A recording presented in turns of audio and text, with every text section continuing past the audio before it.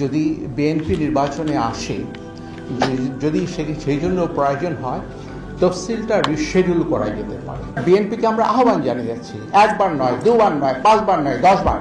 গতকাল ওবায়দুল কাদের সাহেব বলেছেন তারা নাকি গণতন্ত্রকে ত্রুটি মুক্ত করছেন।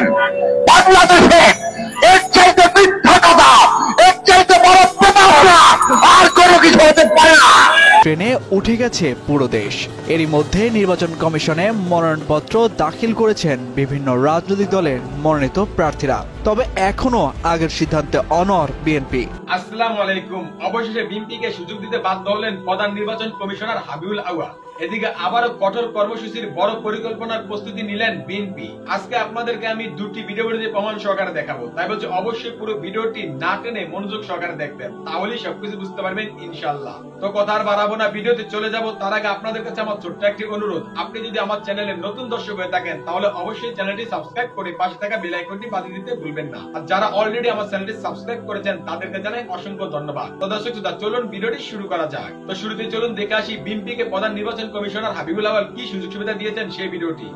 বিএনপি নির্বাচন এলে পুনঃ তফসিল করা যেতে পারে বলে জানিয়েছেন প্রধান নির্বাচন কমিশনার কাজী হাবিবুল আউয়াল। তিনি বলেন, এখনো সময় আছে, তারা এলে জাতির জন্য সৌভাগ্য হবে। কমিশন চায় নির্বাচন অংশগ্রহণমূলক হোক। বিকেলে নির্বাচন ভবনের সাংবাদিকদের সাথে আলাপকালে এসব কথা বলেন সিএসএ। 18 ডিসেম্বরের আগে সম্ভাব্য প্রার্থীদের প্রচারণা শোডাউনে আচরণবিধি লঙ্ঘন নয় বলেও জানান তিনি। নির্বাচনে সেনাবাহিনী প্রয়োজন হলে সরকার তার ব্যবস্থা করবে বলেও জানান কাজী হাবিবুল আউয়াল। হেদায়েতুল্লাহ সীমান্তের প্রতিবেদন। নির্বাচন কমিশন সচিবালয়ও এর আওতাধীন মাঠ পর্যায়ে কাজের জন্য নতুন নিয়োগকৃতদের যোগদান অনুষ্ঠানে অংশ নেন প্রধান নির্বাচন কমিশনার কাজী হাবিবুল আউয়াল। নির্বাচন ভবন অডিটোরিয়ামে নতুনদের স্বাগত জানান তিনি। পরে মিডিয়া সেন্টারে দ্বাদশ জাতীয় সংসদ নির্বাচন নিয়ে সাংবাদিকদের মুখোমুখি হন সিইসি। বলেন, বিএনপি নির্বাচনে আসলে তফসিল রিশিডিউল করা যেতে পারে। যদি বিএনপি নির্বাচনে আসে, যদি সেই জন্য প্রয়োজন হয়, তফসিলটা রিশেডিউল করা যেতে পারে। বিএনপিকে আমরা আহ্বান জানিয়ে যাচ্ছি, একবার নয়, দুবার নয়, 5 বার নয়, 10 বার।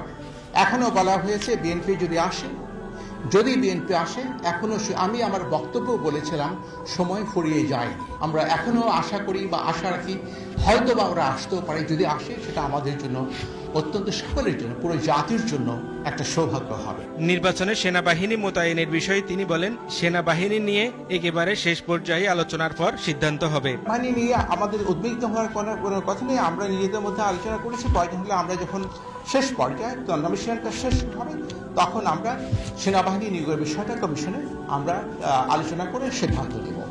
আমরা যদি প্রয়োজন মনে করি, এবং আমরা মনে করি সেনাবাহিনী, আমি চাই সেনাবাহিনী দেবে, এতে কোনো সংশয় বোধ করার কোনো কারণ নেই। নির্বাচনের আগে প্রশাসনের রদবদল প্রসঙ্গে সিইসি বলেন, কমিশন ইখতিয়ারের বাইরে যাবে না। প্রশাসনের রদবদল কোন নির্বাচন কমিশন করেছিল আমাদেরকে একটু বলবেন? আমরা আমাদের নির্বাচনের সাথে যেটাকে ভালো মনে করব এবং যেটা আমাদের এখতিয়ারের মধ্যে আছে সেইভাবে আমরা করব। এখতিয়ারের বাইরে গিয়ে, এখতিয়ার অতিক্রম করে কোনো কিছু আমরা করতে যাব না। সম্ভাব্য প্রার্থীরা আচরণবিধি লঙ্ঘন করছেন এ ব্যাপারে তিনি বলেন, 18 ডিসেম্বরের আগে প্রার্থীদের প্রচারণা শোডাউনে কোনো বাধা নেই। 18 ডিসেম্বর সেই দিন থেকে নির্বাচনী প্রচারণার সুযোগ তাদেরকে দেওয়া হবে। এবং নির্বাচনী যে প্রচারণার যে একটা শব্দ আমরা ব্যবহার করি, এর আগে যে নির্বাচনী প্রচারণা হচ্ছে, এগুলো আমাদের জন্য নির্বাচনী প্রচারণা নয়। এখন যদি কোনো রাজনৈতিক দল লাঙ্গল নিয়ে, নৌকা নিয়ে, গরু নিয়ে, পাখি নিয়ে ওনারা যদি প্রচারণা করেন, তাতে কোনো রকম বাধা নেই। গণভবনে প্রধানমন্ত্রীর বৈঠকও আচরণবিধি লঙ্ঘনে পড়বে না বলে জানান কাজী হাবিবুল আউয়াল। গণভবনে আমি জানি না উনি মিটিং করছেন, বা মিটিং যদি উনি করে থাকেন, সেটা অসুবিধা একটা কোথায়? কারণ আচরণ বিধিমালা প্রয়োগের সময় তো আমাদের আসেনি। প্রধানমন্ত্রী কোথায় মিটিং করছেন, কি মিটিং করছেন, উনি যদি প্রধানমন্ত্রী কোনো প্রার্থী নন। আশা করছি আপনারা পুরো ভিডিওটি মনোযোগ সহকারে দেখেছেন এবং সেখানে প্রধান নির্বাচন কমিশনার হাবিবুল আউয়াল কি বলেছেন তাও বুঝতে পেরেছেন। এই বিষয়ে নিয়ে যদি আপনাদের কোনো মতামত থাকে তাহলে অবশ্যই তা কমেন্ট করে জানাতে পারেন। এখন চলুন দেখে আসি বিএনপির আবারও কঠোর কর্মসূচি নিয়ে একটি প্রতিবেদন। নির্বাচনী ট্রেনে উঠে গেছে পুরো দেশ। এরই মধ্যে নির্বাচন কমিশনে মনোনয়নপত্র দাখিল করেছেন বিভিন্ন রাজনৈতিক দলের মনোনীত প্রার্থীরা। তবে এখনো আগের সিদ্ধান্তে অনড় বিএনপি। উল্টো মনোনয়নপত্র দাখিলের শেষ দিন বৃহস্পতিবারেও কঠোর হরতাল হরতাল পালনের সিদ্ধান্ত নিয়েছে বিএনপি ও যুগপৎ আন্দোলনে থাকা মিত্ররা। এ নিয়ে সরকারের আচরণ কেমন হয় কিংবা পুনঃতফসিল হয় কিনা সে বিষয়টি নজরে রাখতে চান তারা। এরপর অবস্থা বুঝে ব্যবস্থা নিতে চায় দলটি। সেই অনুযায়ী আসতে পারে পরবর্তী কর্মসূচি।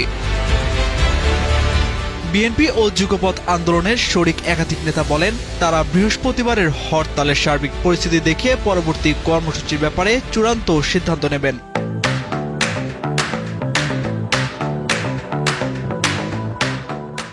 পরিস্থিতি বুঝে চলমান হরতাল অবরোধের সাময়িক বিরতি দিয়ে বিকল্প কর্মসূচি দেওয়া হতে পারে।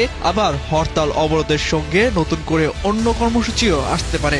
সরকার শেষ পর্যন্ত একতরফা নির্বাচনের পথে হাঁটলে তা বয়কট করে ভোট ঠেকানোর আন্দোলনে নামতে পারে বিএনপি। এর সঙ্গে অসহযোগ আন্দোলনেও নামার পরিকল্পনা রয়েছে বলে জানান বিএনপির হাইকমান্ড। জানা গেছে, হরতাল অবরোধের বিকল্প হিসেবে একাধিক প্রস্তাবনা এখন আলোচনার টেবিলে। এর মধ্যে জনসম্পৃক্ত কর্মসূচিতে সবচেয়ে বেশি গুরুত্ব দেওয়া হচ্ছে। এর অংশ হিসেবে ঢাকা সহ সারা দেশে বিক্ষোভ সমাবেশের চিন্তা রয়েছে বিএনপির।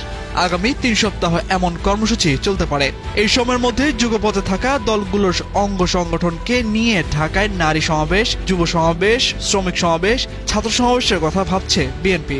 এর মাঝে মাঝে 2-1 দিন করে হরতাল অবরোধের কর্মসূচি আসতে পারে। এছাড়া বিএনপির কারাবন্দী, গুম, খুন ও নির্যাতনের শিকার নেতাকর্মীর স্বজনদের নিয়ে ঢাকা ছাড়াও সারা দেশের জেলা শহরেও পর্যায়ক্রমে মানববন্ধনের আয়োজন করা হতে পারে। সেখান থেকে জেলা ও দায়রা জজ বরাবর স্মারকলিপি দেয়া হবে। বিএনপি ও যুগপৎ আন্দোলন সূত্রে জানা গেছে, মনোনয়নপত্র দাখিলের সময় শেষ হলে এক দফার আন্দোলনকে এগিয়ে নিতে 2 পর্বের কর্মসূচি দেওয়ার কথা ভাবা হচ্ছে। কর্মসূচির প্রথম পর্ব হচ্ছে প্রার্থীদের মনোনয়নপত্র প্রত্যাহারের শেষ সময় 17 ডিসেম্বর পর্যন্ত।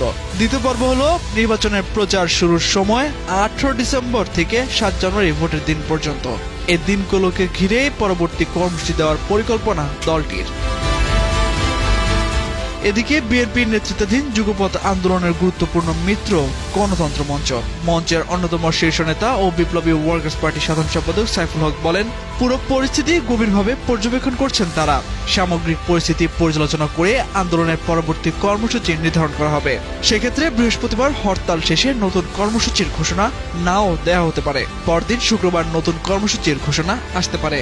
গতকাল ওবায়দুল কাদের সাহেব বলেছেন, তারা নাকি গণতন্ত্রকে ত্রুটি মুক্ত করছেন। বাংলাদেশে এর চাইতে মিথ্যা কথা, এর চাইতে বড় প্রতারণা আর কোনো কিছু হতে পারে না। আওয়ামী লীগ এই যে পরপর 15 বছর ক্ষমতায়, টানা 15 বছর, এর আগে 5 বছর শেখ হাসিনা প্রধানমন্ত্রী ছিলেন। প্রধানমন্ত্রী তো ছাড়তে চান না। ওনারা নাকি বলেন অন্যরা ক্ষমতার লোভ করে। আরে ক্ষমতা ভোট ছাড়া আটকে রাখছেন, এর চাইতে বড় লোভ আর কি হতে পারে? এই ক্ষমতা আটকে ধরে মানুষের উপর প্রতারণা করে, তার উপরে ভয়াবহ দমন পীড়ন চালিয়ে, তাদেরকে হত্যা করে, তাদেরকে পঙ্গু করে আজকে তারা বাংলাদেশটাকেই একটা বিপদের মুখে ফেলে দিচ্ছেন। আপনারা ইতিমধ্যে শুনেছেন, বিজেপির নেতারা বলছেন তারা এই একতরফা নির্বাচন এবং এর ফলে যদি সম্ভাব্য কোন ধরনের স্যাংশন আসে, সেইটা এমনকি বাণিজ্যের উপরে প্রভাব ফেলতে পারে। সরাসরি বাণিজ্যে যদি স্যাংশন না হয়, অন্য যে কোনো ধরনের স্যাংশন বাণিজ্যের উপরে প্রভাব ফেলতে পারে। এই বিষয়গুলো এখন বাংলাদেশের মানুষকে ভয়ঙ্কর একটা উদ্বেগের মধ্যে ফেলছে। আমাদের লক্ষ লক্ষ শ্রমিক, তাদের পরিবার সমেত কোটি কোটি মানুষ, তাদের ভবিষ্যৎ কি হবে? যারা রক্ত খাম পানি করে শিল্প করিয়েছেন, আর আজকে এই সরকার ক্ষমতা ভাগার জন্য তারা বাংলাদেশকে নিয়ে বাজি ধরছে।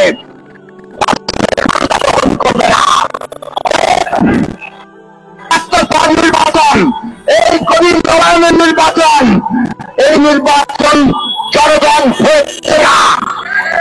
আরে ভাই, যে নির্বাচনে জানি কোন দল জিতবে, এই নির্বাচনে কে জিতবে আমরা সবাই জানি না।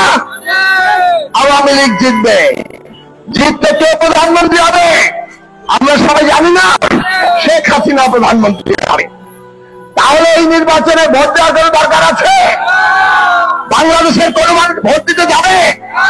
বাংলাদেশের কোন দেশপ্রেমিক এই নির্বাচনে ভোট দিতে যেতে পারে? এইটা মনে রাখবেন, বাংলাদেশের কোন দেশপ্রেমিক মানুষ এইরকম একটি ভুয়া নির্বাচনে ভোট দিতে যেতে পারে না। সেই কারণে আমরা বলি, জনগণকে আমরা আহ্বান জানাই, এই ভোট বর্জন করুন। আপনার নিরব অস্ত্র থেকেও যে প্রতিবাদ আপনি করতে পারেন সেইটা করুন। নিজের নৈতিক কর্তব্য, এই দেশের প্রতি কর্তব্য আপনারা পালন করবেন। আর জনগণকে নিয়ে গণতন্ত্র মঞ্চ আন্দোলন করবে। গণতন্ত্র মঞ্চের যুগপথায় সমস্ত রাজনৈতিক শক্তিকে বাঁচিয়ে নেওয়ার জন্য বলে। গণতন্ত্র মঞ্চ জনগণের বিরুদ্ধে ঐক্য করে দেওয়ার কথা বলে।